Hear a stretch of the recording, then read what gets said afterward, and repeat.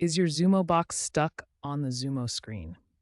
This is a common issue called a boot loop, where the device fails to load past the initial logo. It's often caused by software glitches during startup, problems with firmware, unstable Wi Fi, power interruptions, or full storage preventing updates. First, try a soft reset. Hold the power button for 10 to 15 seconds to clear temporary cache.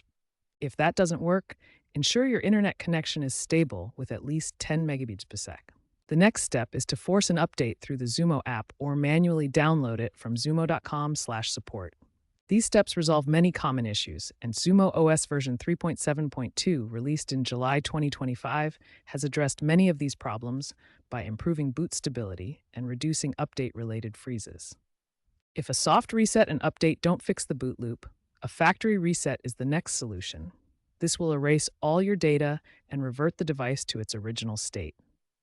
To perform a factory reset, access recovery mode by holding the reset button on the back of the Xumo Box or through the app for newer models. Alternatively, you can try a boot loop bypass. Disconnect the power, wait 30 seconds, and reconnect while holding the reset button to enter safe mode.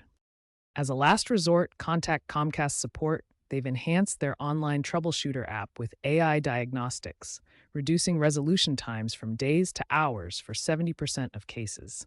They can also provide information about warranty extensions if your device is eligible.